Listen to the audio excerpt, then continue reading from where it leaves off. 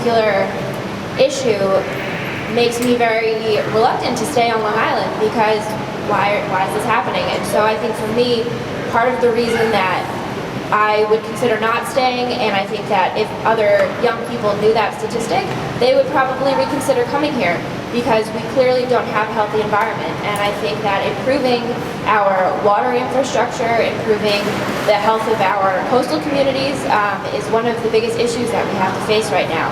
Our aquifers are all polluted, our water is being contaminated by chemicals. Recently in Central Islip, asbestos was dumped into children's playground. So like, we're facing these huge environmental problems that are causing severe health issues, and I think many years down the line we're going to be facing very severe repercussions from this if it's not addressed. And there are organizations that are aware of these issues and they are addressing them. And I think many schools have really strong environmental studies programs and environmental science programs that will produce people who are passionate about this issue, but I mean, we have a very big problem that we need to face. So I think addressing that is one thing that we need to really do. And then as well, I mentioned I'm the Community Emergency Preparedness Coordinator for Long Island Volunteer Center.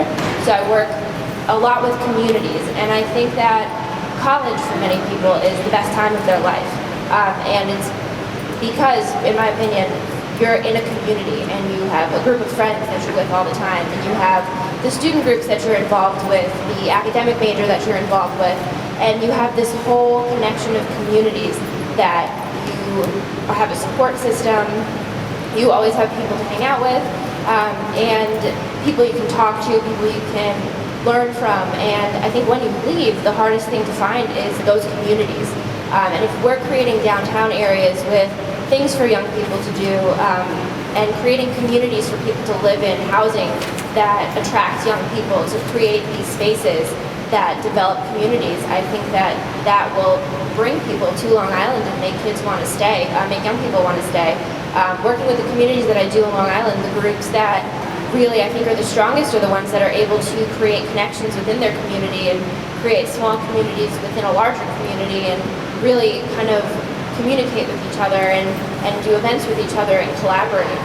Collaboration between groups of people is really one of the best ways to bring people together, and when you have that and that's easily accessible, I think that will be what allows young people to stay.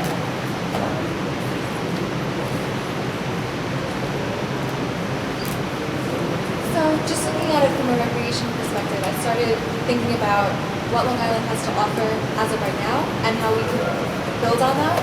So I know the vineyards are a huge attraction, and I think one of the things that makes the vineyards so big for us and such a big source of income for the island is the fact that it's unique, because how many other places can you go that have a vineyard?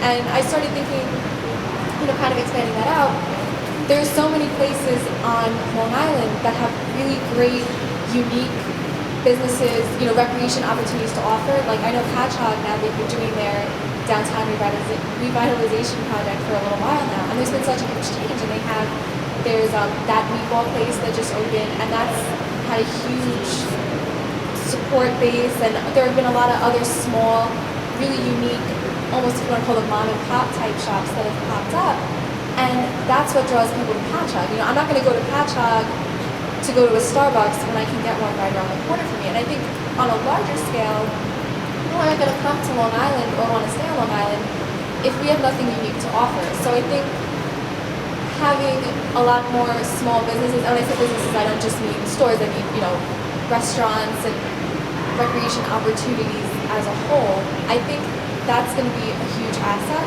for us. And I think also kind of looking to our neighbor of New York City as a role model in a sense.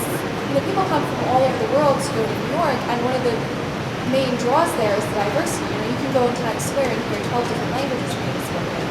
And while I think Long Island should not become as metropolitan necessarily, I think one of the great things we have to offer is, especially out east, we have kind of that open space, and it's really nice, and I think we should keep that. But at the same time, I think it would really benefit us to make an extra point of incorporating diversity.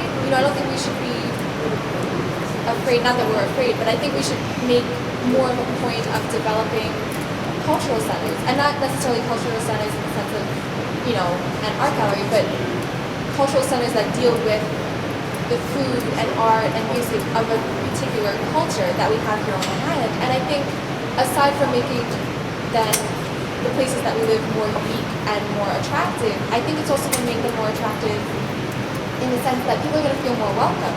Because I know for me, in clinical settings where I work and volunteer, people aren't going to come to your programs and benefit from the therapy that you're providing if they don't feel comfortable and welcome. It's not going to happen. So I think if we make a point of including all different types of people and really showing that we appreciate what they have to offer from their unique cultures and perspectives, I think that's going to make them a lot more willing to want to come here, and or if they're already here, want to stay here.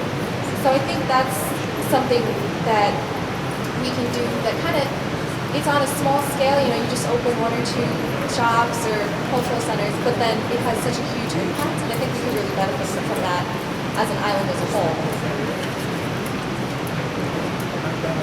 So I think one of the most important aspects of keeping young people is to look at all the universities and the colleges that we have already. Because with those, we have people that are not only from Long Island that are attending these schools, but we have people coming from all around the state, the country, and the world. At Stony Brook, I know we get a tremendous amount of people that come, especially from Asia, that are studying abroad. And the question is, what happens with these students after they graduate? Are they staying here? Are they going back home? Are they moving to New York City? So it's not only a matter of just keeping the people that live here to stay here, but keeping the people that come here for our education and other services that we have, and having them stay. So looking at the universities, making the universities, one, the attraction, which they already are, so we'll be continuing that, and then making the communities that these universities are in as also attractions to be an extension of that university. So creating those college towns, at Stony Brook, at Lloyd, Rockville Center, all of the various institutions that we have, those should be the backbones of those communities, many of which they are. I know at Stony Brook, we've struggled creating that type of atmosphere.